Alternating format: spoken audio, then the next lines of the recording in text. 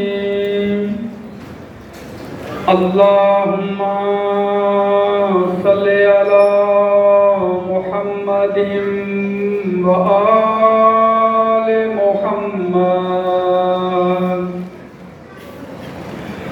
إلهي أعظم البلاء وبارح الخفاء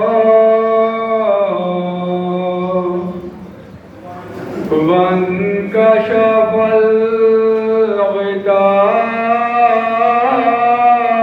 الغطاء وانقطع الرجاء وضاقت الأرض ومنعت السماء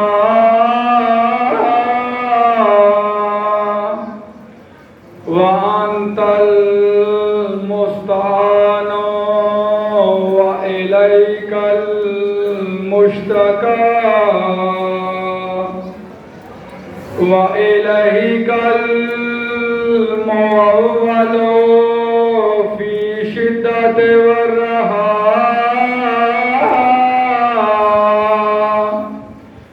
اللهم صل على محمد وآل محمد أولي الأمر الذين فرضت علينا طاعتهم وعرفتنا بذلك منزلتهم ففرج عنا بحقهم فرجا عاجلا قريبا كلمح البصر أقرب يا محمد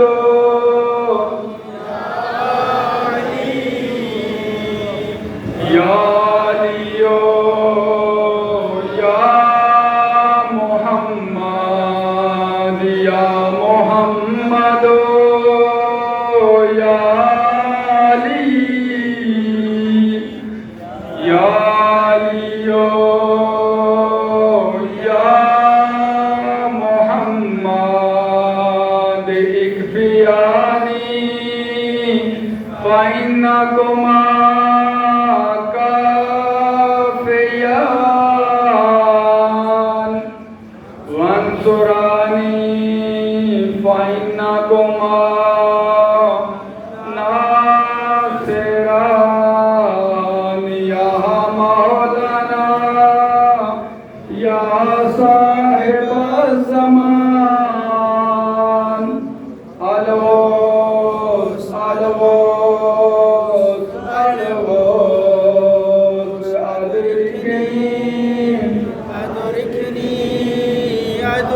أدركني السعد السعد السعد الأجل الأجل الأجل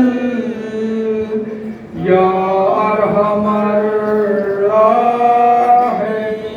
الراحمين بحق محمد وآله الطاهرين اللهم صل على محمد وآل محمد یوسف زارا حجت خدا کے جلد ظہور کے لیے اور صحت و سلامتی کے لیے بآواز بلند صلوات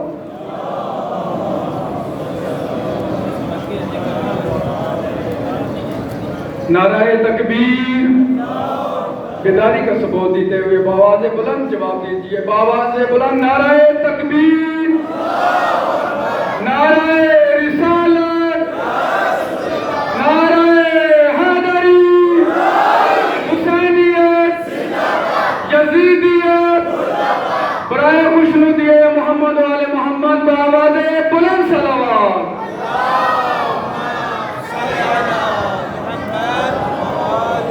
مومنین گرامی، اس سے قبل کے آغا صاحب کو دعوت خطاب دوں، بارگاہ امام علی مقام میں عقیدت کے چند اشعار پیش کرنے کے لیے صرف 2 منٹ کے لیے برادر محترم غلام حسنین صاحب سے گزارش کروں گا کہ وہ ممبر پر تشریف لائیں اور بھی بارگاہ امام علی مقام میں عقیدت کے چند اشعار پیش کریں۔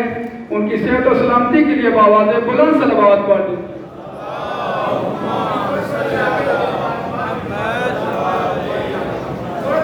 اور مومنین سے گزارش ہے کہ وہ ممبر کے نزدیک تشریف لے ہیں تاکہ بعد میں آنے والے مومنین کو کسی قسم کی تکلیف کا سامنا نہ کرنا پڑے۔ ایک مرتبہ بآواز بلند صلوات پڑھیں۔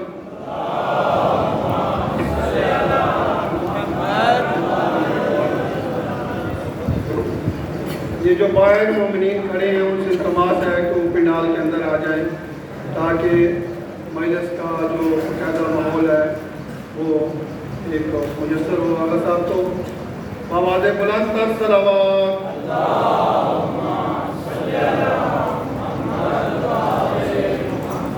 میں آپ کے اور آغا صاحب کے درمیان زیادہ حائل نہیں ہونا چاہتا، بس ایک فکر ہے اور چند اشعار اس فکر میں ہی ہیں، اور یقیناً میں مومنین کے اور حسینیوں کے مجمع میں اس ذکر کو پڑھ رہا ہوں۔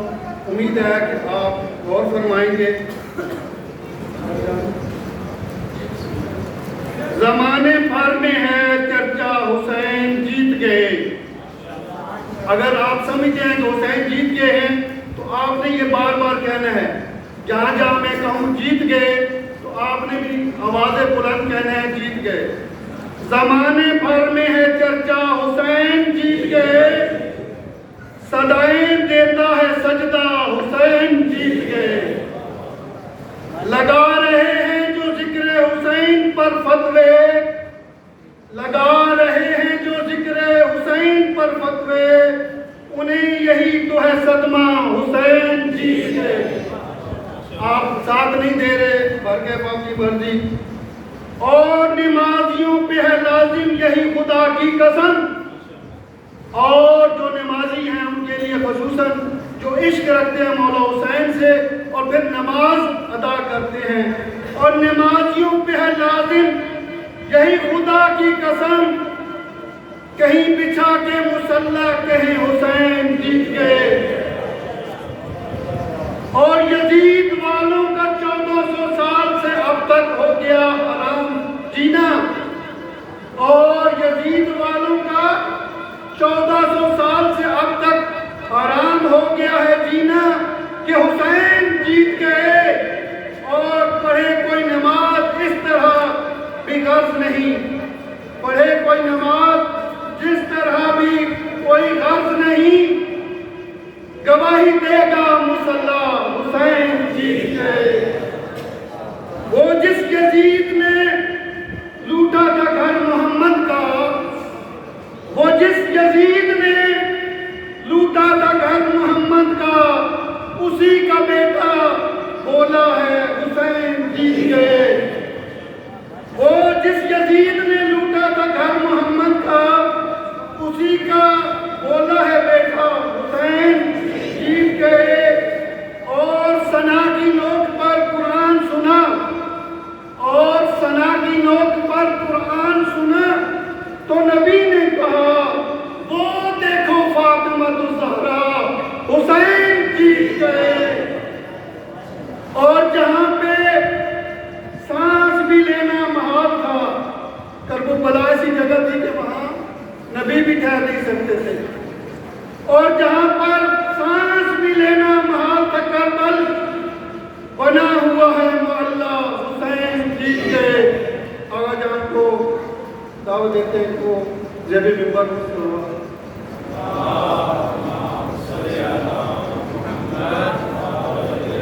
نعرہ تکبیر، نعرہ رسالت، کل ایمان نعرہ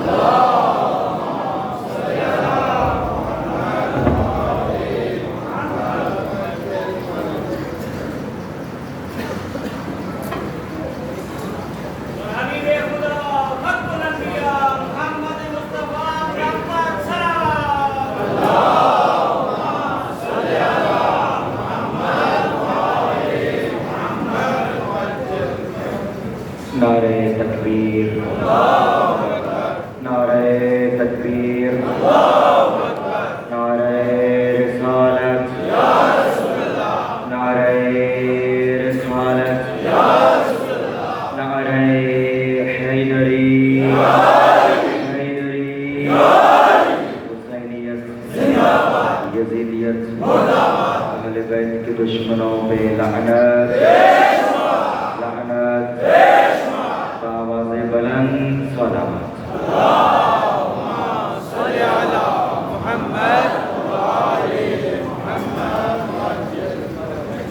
اعوذ باللہ من الشیطان الرجیم بسم اللہ الرحمن الرحیم الحمد للہ رب العالمین الصلاة والسلام علی سید الانبیاء والمرسلین وخاتم النبیین ابی القاسم محمد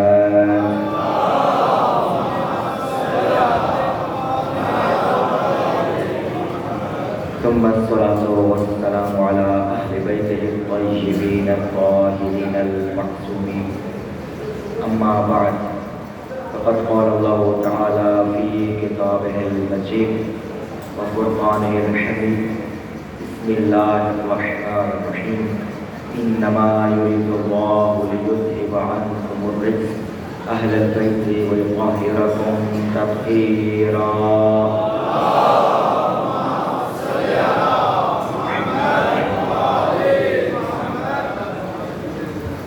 دعا ہے خدا متعال تمام عزاداروں کی عزاداری اپنی بارگاہ میں قبول و منظور فرمائے، تمام ہمارے گناہ صغیرہ و کبیرہ معاف فرمائے، ہمارے والدین کے گناہ صغیرہ و کبیرہ معاف فرمائے، جس دنیا سے رخصت ہو چکے ہیں ان کی مغفرت فرمائے، ہم سب کو امام زمانہ کے سپاہیوں میں شمار فرمائے، حاضرین محفل کی حاجات شرعیہ پوری فرمائے، جن جن لوگوں نے ناچیز کے ذمے دعائیں لگائی ہیں ان کی دعاؤں کو قبول و مستجاب فرمائے۔ بالخصوص اس دفعہ مجھے جس طرح بتایا گیا ہے کہ یہ پہلے نہیں ہوتا تھا کہ ماشاءاللہ ہمارے جی بی کی ایک یونٹ جو آرمی برادران ہیں کہ جو ہمارا حصہ بنے ہیں، اس محفل کی رونق بنے ہیں، تو ہماری محفل کو زینت بخشی ہے۔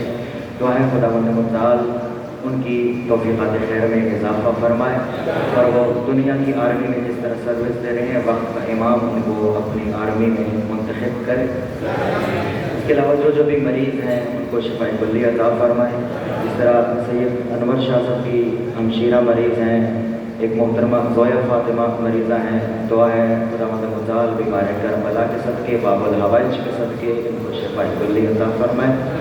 مجلس کی قبولیت کے لیے بآواز بلند صلوات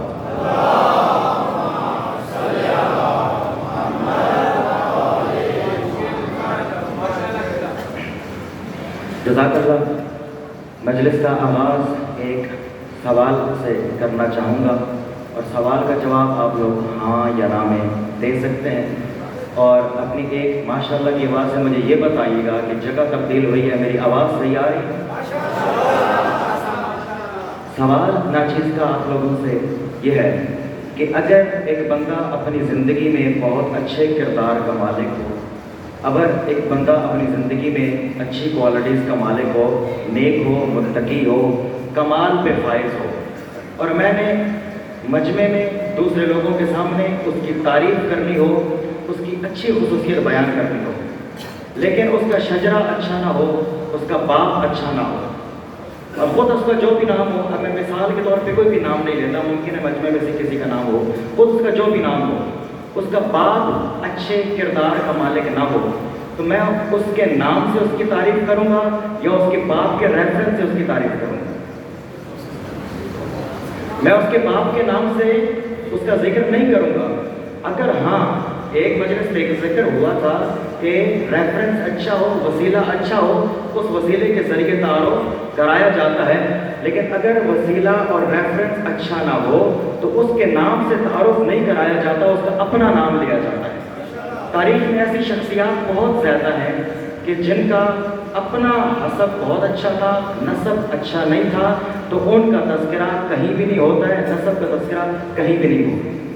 یہاں تک اگر بات پہنچ گئی کہ آپ لوگوں نے خود تصدیق کی کہ اگر شجرہ اچھا نہ ہو، اگر باپ چور ہو، باپ ڈاکو ہو، باپ علاقے کا بہت خراب کردار کا مالک ہو، یا باپ کافر ہو، تو پھر اس کے نام سے تذکرہ نہیں کیا جاتا، متوجہ یہ کرنا مقصود تھا کہ مجھے رسول خدا کی ایک حدیث بار بار یاد آتی ہے، اپنی زندگی میں وہ فرماتے رہے زینو مجالسکم بذکر علی ابن ابی طالب۔ متوجہ یہ کرنا تھا، آپ لوگ ساری زندگی علی کے فضائل سنتے رہے، پچھلی مجالس میں علی کے فضائل سنتے رہے، آج میں ایک مرحلہ آگے بڑھ رہا ہوں۔ ہم ان اہل بیت کو مانتے ہیں، ہم ان لوگوں کو مانتے ہیں کہ جن کا پورا شجرہ اسلام رکھتا تھا، جن کا پورا شجرہ پاک تھا۔ دنیا کہتی ہے ابو طالب کافر تھے، دنیا کہتی ہے علی کا باپ کافر تھا۔ اگر یہ سچ ہوتا رسول خدا یہ فرماتے اپنی مجالس کو زینت بخشو علی کے نام سے، مگر فرمایا اے لوگوں زینو مجالسکم بذکر علی ابن ابی طالب، اپنی مجالس کو زینت دو ابو طالب کے بیٹے کے نام سے۔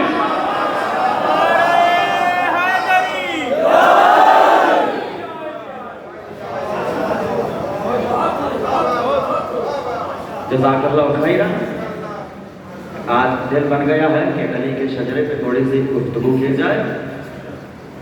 ایک دفعہ ذکر ہوا تھا جناب محمد حنفیہ کا کہ امیر المومنین نے کمال تربیت کی ہے اپنے بیٹے کی، جناب محمد حنفیہ۔ تو جس طرح جنگ سکھاتے تھے تذکرہ میں نے ہلکا سا کیا تھا، لیکن آج کے دن کے لیے میں نے یہ بات روک لی تھی۔ آج موقع ملا ہے الحمدللہ، امیر المومنین محمد حنفیہ کو جنگ سکھا رہے ہیں۔ ایک جنگ میں موقع ملا کہ اپنے بیٹے کو جو سکھایا ہے وہ آزمایا جائے، تو محمد حنفیہ کو تیار کر کے جنگ میں بھیجا اور 4 درس دیے، 4 نصیحتیں کی کہ محمد حنفیہ دیکھو میری 4 باتیں یاد رکھنا۔ پہلا، جنگ میں تمہارے قدم اس طرح جم جائیں جیسے پہاڑ ہوتا ہے، دشمن پیچھے ہٹ جائے مگر تم نے پیچھے نہیں ہٹنا۔ دنیا والوں کو پتہ ہے کہ علی کا بیٹا جنگ لڑنے آ رہا ہے، دشمن بھاگتا ہے تو بھاگے، تم نے اپنے قدم میدان میں جمائے رکھنے ہیں۔ محمد حنفیہ دوسری نصیحت یہ ہے کہ تم نے صرف جو سامنے بندہ ہوگا، جو تمہارا حریف ہوگا، اس بندے کے سامنے نظر نہیں رکھنی بلکہ چاروں طرف میدان میں نظر رکھنی ہے۔ پہلا، میدان میں قدم جمائے رکھنا۔ دوسرا، اپنے قدم کو اکھڑنے نہ دینا، تمہارے قدم اکھڑنے نہ پائیں۔ تیسرا کہ صرف سامنے والے بندے پہ نظر نہ رکھنا، چاروں طرف نگاہ رکھنا۔ یہ 3 درس ہو گئے۔ چوتھا کہ صرف اور صرف اپنی جسمانی صلاحیتوں پہ توکل نہ رکھنا، خدا پر بھی توکل رکھنا۔ یہ کہہ کے میدان جنگ میں روانہ کیا اور علی کا بیٹا پہلی جنگ زندگی کی لڑ رہا ہے اور بہترین جنگ لڑ کے کئی لوگوں کو فنار کر کے واپس آیا۔ امیر المومنین نے شاباش دی، سینے سے لگایا، کہا محمد حنفیہ بہت پیاری جنگ کی ہے، بہت زبردست جنگ کی ہے، میں تمہیں دعوت دیتا ہوں اب یہی رکو، اب میری جنگ دیکھو۔ امیر المومنین نے پھر خود جنگی لباس پہنا، شاید خاموش ہو گئے ہیں، میں نتیجہ دینا چاہتا ہوں، ذرا آمادہ ہوئیے۔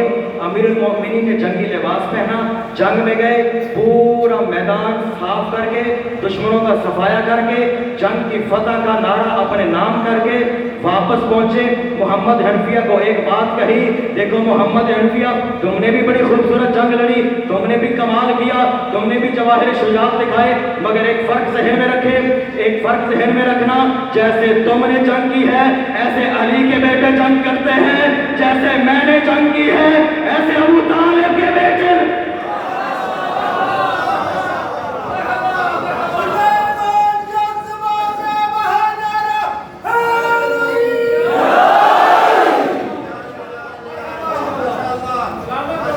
جزاک اللہ۔ مجھے آپ لوگ کہتے رہے، مجھے حکم ملتا رہا کہ مولا علی کی جنگیں سنائیں، اور میں اس وقت کا انتظار کرتا رہا کہ میں جب تک آپ لوگوں کا ذہن نہ بنا لوں کہ یہ علی کی جنگیں نہیں ہیں، یہ ابو طالب کے بیٹے کی شجاعت ہے۔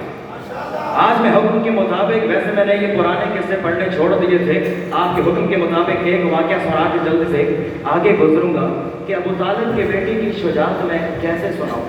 کہ ایک دفعہ ایک جنگ میں امیر المومنین کے ایک عزیز ہیں عباس بن حارث، ان کا بھائی قتل ہو گیا، تو عباس بن حارث نے بھائی کا قتل بدلہ لینے کے لیے امیر المومنین سے اجازت مانگی کہ مولا مجھے اجازت دیجیے میں جا کے آپ کی جگہ پہ لڑوں. مولا نے کہا نہ عباس بن حارث تم نہ کرو, ایسا کرو اپنا لباس, اپنا امامہ, اپنی ذرہ مجھ دو, نقاب پہنا, میں تمہاری جگہ پہ جاتا ہوں.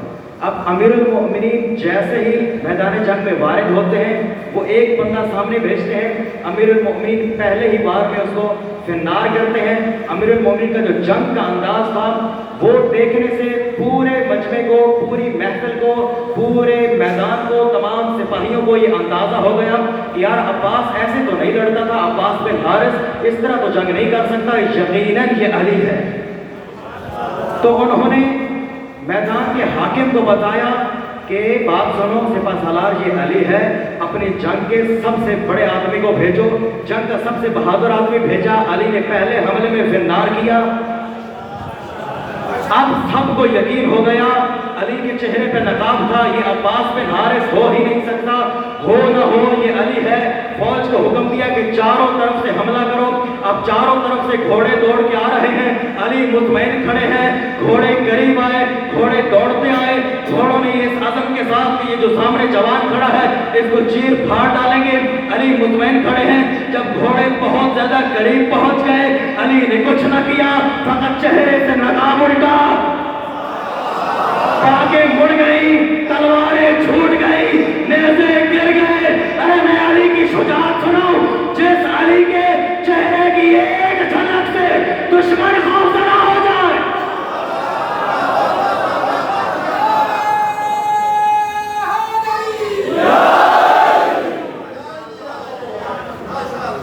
جیسے رہیے آپ کا ذوق دیکھ کے سنا دیتا ہوں وہی قصہ جو سب سناتے ہیں, مگر وہ پہلو بیان کرنے کی کوشش کروں گا جو شاید آپ نے نہ سن رکھا ہو. میں کوشش کروں گا وہ بات نہ کروں جو ہو چکی ہے. میں نیا پہلو نکالوں گا کہ سب کو یاد ہے, سب نے پڑھ رکھا ہے وہ واقعہ کہ جب کئی روز ایک جنگ جاری رہی اور فتح نہ ہو سکی. رسول خدا یہ سوچ کے پریشان تھے کہ یار عجیب بات ہے, عجیب مشکل میں پھنس گئے ہیں. یہاں سے میدان میں جاتے ہیں, نہ مارتے ہیں نہ مرتے ہیں, میں کیا کروں. اب یہ تحقیق اپنی اپنی, کچھ لوگ کہتے ہیں 40 روز جنگ رہی, کچھ لوگ کی اپنی تحقیق ہے, معتبر تحقیق ہے کہ ضروری تو نہیں 40 دن رہی ہو, کہ اتنا زیادہ انتظار رسول خدا کر نہیں سکتے کہ 40 دن تک دوسروں کو موقع دیں. کچھ لوگ کہتے ہیں صرف 3 دن میں یہ جنگ تمام ہوئی. تاریخ کا اپنا اپنا اختلاف ہے, سب کی اپنی اپنی تحقیق ہے. رسول خدا نے بالآخر یہ کہہ دیا کہ دیکھو تمہارا امتحان تمام ہوا, کل میں ایسے شخص کو علم دوں گا کہ جو رجل کرار ہوگا, جو غیر فرار ہوگا. اب اس سے پہلے رسول خدا کہتے تھے علم لے لو, کوئی نہیں لیتا تھا. جب رسول خدا نے کہہ دیا کہ کل میں ایسے شخص کو علم دوں گا جو غیر فرار ہوگا, اب سب کو یہ تسلی ہو گئی کہ جس کو کل علم ملنا ہے وہ جیت جائے گا. تو اب اگلے دن ہر کوئی ایڑیاں اٹھا اٹھا کے رسول خدا کے سامنے ہونے کی کوشش کر رہا تھا. اگلے دن صبح ہوئی, رسول خدا خیمے سے باہر تشریف لائے. ہر بندہ کوشش کر رہا تھا کہ رسول خدا کو اپنا چہرہ دکھائے. ہر بندہ ایڑیاں اٹھا اٹھا کے یہ کوشش کر رہا تھا آج علم مجھے مل جائے. ایک بہت بڑا جم غفیر تھا, رسول خدا اس جم غفیر میں آئے. اب ہر کوئی ذہن میں یہ توقع رکھے ہوئے تھا میرا نام آ جائے, میرا نام آ جائے, میرا نام آ جائے. رسول خدا نے کہا آئینہ علی ابن ابی طالب, علی کہاں ہے. علی کو بلوایا گیا. وہ سارا قصہ آپ لوگوں نے سن رکھا ہے. آنکھوں میں درد تھا, شفا یابی ہوئی. علی کو تیار کیا, لباس پہنایا, اپنی جوتیاں دی, خیمے کے اندر لے گئے, وہاں لباس پہنایا, تلوار دی, اپنی نعلین پہنائی, اپنا پورا لباس پہنایا. جب خیمے کے اندر تیار کر لیا نا, خیمے کے باہر لے کے آئے, اپنا امامہ پہنایا. نہیں سمجھے آپ لوگ, اشارہ نہیں سمجھے, مجھے بات کرنی پڑے گی. رسول خدا سے سوال کرو کہ یا رسول اللہ آپ نے اپنی نالائن پہنائی خیمے کے اندر, آپ نے تلوار دی خیمے کے اندر, آپ نے لباس دیا خیمے کے اندر, آپ نے اظہار بند دیا خیمے کے اندر, آپ نے علی کو تیار کیا خیمے کے اندر, آپ نے امامہ پہنایا خیمے کے باہر. یا رسول خدا آپ جو کام بھی کرتے ہیں وہ مصلحت سے خالی نہیں ہوتا. علی کو خیمے کے باہر امامہ دینے کی کیا وجہ ہے؟ جواب آئے گا دیکھو وجہ تکبیر. مجھے معلوم تھا میرے اس دنیا سے جانے کے بعد جھگڑا میری نالائن پہ نہیں ہونا تھا، جھگڑا میری تلوار پہ نہیں ہونا تھا، جھگڑا میرے لباس پہ نہیں ہونا تھا، جھگڑا میرے حسابات پہ نہیں ہونا تھا۔ میں نے خیمے کے باہر ساری دنیا کے سامنے علی کو اپنا امامہ پہنا کے بتایا ہے، یاد رکھو میرے بعد حق و باطل کا معیار، میرے بعد میری دستار کا وارث حیدر قیار۔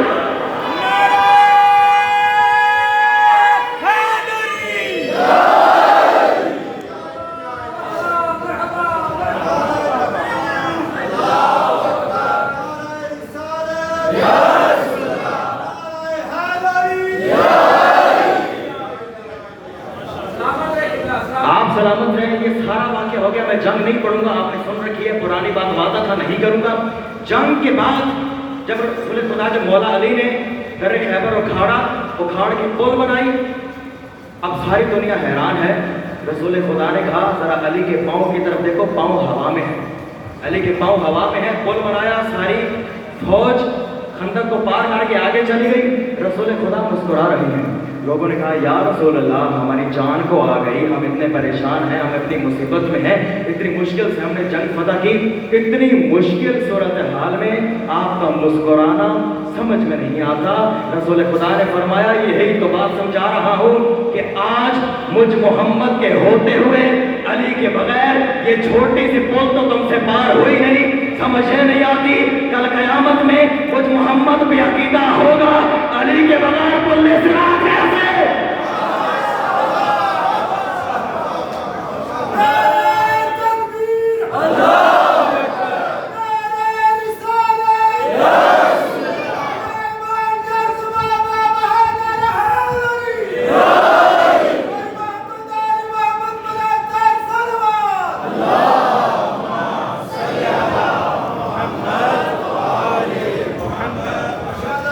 آپ جس طرح جزاک اللہ۔ یہ امیر المومنین آخری بات پھر واپس اپنی بات سے جوڑتا ہوں کہ میں نے تذکرہ کیا پہلے دن سے کہ ان ہستیوں کا نام کہیں بھی نہیں آیا، ہمیشہ اشارے موجود ہیں، پرانی کتابوں میں کچھ جگہوں پہ نام آیا ہے۔ امیر المومنین اپنی ولایت تکوینی سے، ولایت تکوینی آپ لوگ سمجھتے ہیں خدا نے ہستیوں کو کچھ اختیارات دیے ہیں کہ یہ اشارہ کرتے ہیں تو سورج پھر جاتا ہے، یہ اشارہ کرتے ہیں تو چاند ٹوٹ جاتا ہے، اس کو کہتے ہیں ولایت تکوینی۔ امیر المومنین ایک جگہ پہ سفر پہ جا رہے ہیں، سامنے بہت بڑی نہر ہے، دریا ہے، ایک طرف ادھر خشکی ہے دوسری طرف خشکی ہے۔ امیر المومنین چاہتے ہیں کہ نہر کو پار کریں، ایک شخص یہاں پہ دیکھ رہا ہے، اس نے مولا کو دیکھا، وہ مولا کو نہیں جانتا تھا کہ مولا نے کیا کیا، مولا نے بس کچھ پڑھا اور دریا پہ چلنے لگ گئے، دریا پہ چل کے دریا کو پار کیا۔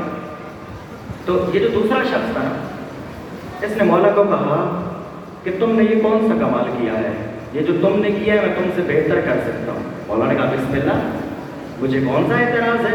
انہوں نے کہا جو میں نے کیا وہ تم نے دیکھا، تم کہہ رہے ہو مجھ سے بہتر کر سکتے ہو، بسم اللہ کر کے دکھاؤ۔ تو اس نے زبان پہ کچھ پڑھا، اس نے جب پڑھا تو وہ دریا سے اڑ کے دوسری طرف آ گیا۔ تو مولا نے کہا کمال کیا ہے تم نے، لیکن مجھے اتنا تو بتاؤ تم نے کچھ پڑھا تھا، وہ کیا پڑھا تھا؟ اس نے کہا تھا میں نے کہا تھا یا ایلیا یا ایلیا یا ایلیا۔ امیر المومنین نے کہا یہ یا ایلیا جانتے ہو کیا ہے؟ اس نے کہا ہاں، یہ ہماری بائبل میں ہماری کتاب میں ایک ولی کا تذکرہ ہے کہ جو رسول خدا کے بعد آئے گا، یہ اس کا نام ہے۔ امیر المومنین نے کہا تو پھر سامنے دیکھ انا ایلیا فی الانجیل۔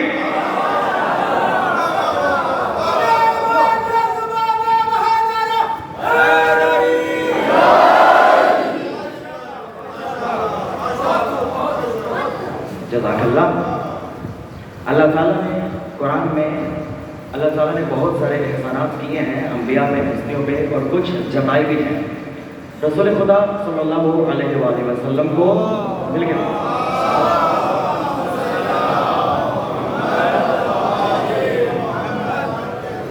رسول خدا صلی اللہ علیہ وآلہ وسلم کو جب ان کے دور میں لوگ تنگ کرتے تھے، ستاتے تھے، پریشان کرتے تھے، تو رسول خدا کبھی کبھی دل برداشتہ ہو جاتے تھے۔ تو اللہ تعالیٰ نے رسول خدا کو تسلی دینے کے لیے کہا کہ اے محمد گھبرا نہیں، اس سے پہلے انبیاؤں کو بھی تکلیفیں دی گئی ہیں، اس سے پہلے انبیاء پر بھی تکالیف اور پریشانیاں آئی ہیں، اور اس سے پہلے آپ پر بھی پریشانیاں آئی ہیں۔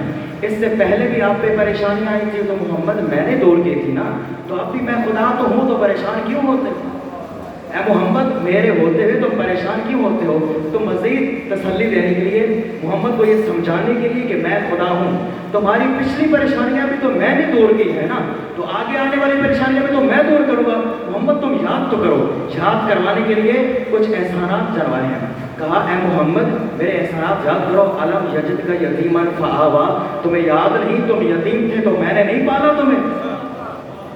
اے محمد جب تم غریب تھے تو تمہیں میں نے دولت نہیں دی، تم یتیم تھے تو تمہیں میں نے نہیں پالا، تم یتیم تھے تو تمہیں میں نے نہیں پالا۔ میں آپ کی سماعتوں کو بیدار کر رہا ہوں۔ محمد تم یتیم تھے تو تمہیں میں نے نہیں پالا، تم غریب تھے تو تمہیں میں نے دولت نہیں دی، تو میرے ہوتے ہوئے پریشان کیوں ہوتے ہو؟ آپ کی سماعت حیران ہو گئی ہے، آپ لوگ پریشان ہو گئے۔ میرا آپ سے سوال ہے، ایمان سے بتائیے گا، پالا تو ابو طالب نے نہیں تھا؟ نہیں سمجھے؟ جب پالا ابو طالب نے تھا تو خدا کیوں کہہ رہے ہیں محمد میں نے پالا؟ شاید نہیں سمجھے، میں بات سمجھا دیتا ہوں۔ محمد مصطفیٰ نے کنکریاں پھینکی، خدا نے کہا اے محمد یہ کنکر آپ نے نہیں پھینکے، میں نے پھینکے ہیں۔ ماں رمیتا ادھر رمیتا، یہ کنکر آپ نے نہیں پھینکے، یہ میں نے پھینکے ہیں۔ ابو طالب نے محمد کی پرورش کی، خدا کہہ رہا ہے یہ پرورش میں نے کی ہے۔ خدا وجہ کیا ہے؟ خدا کہے گا قرآن پورا پڑھو۔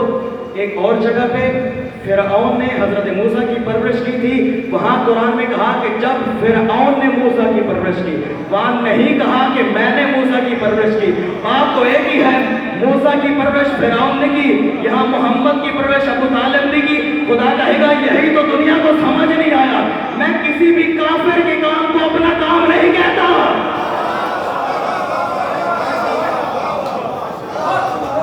میں نے فرعون کے کام کو اپنا کام نہیں کہا، ابو طالب کے کام کو اپنا کام کہا ہے۔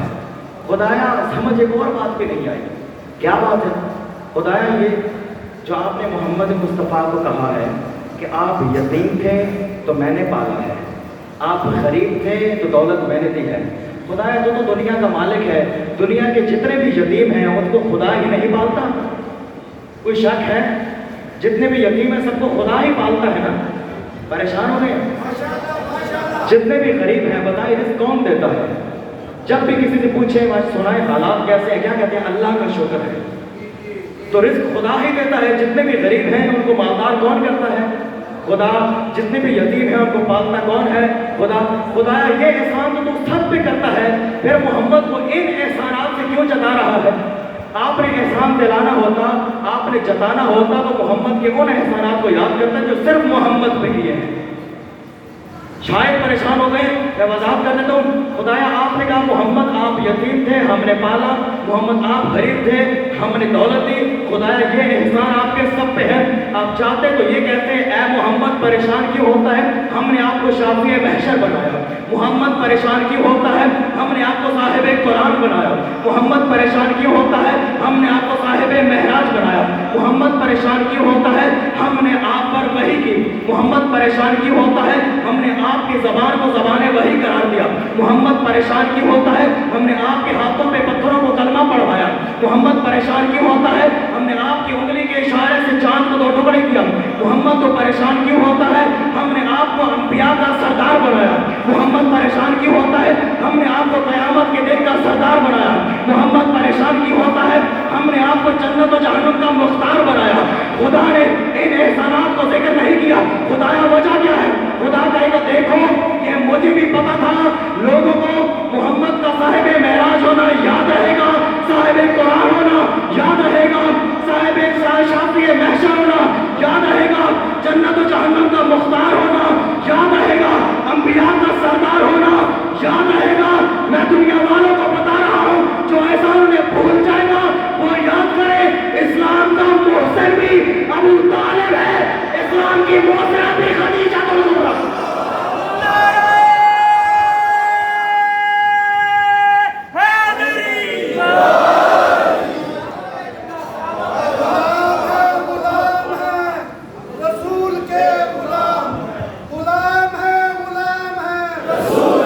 غلام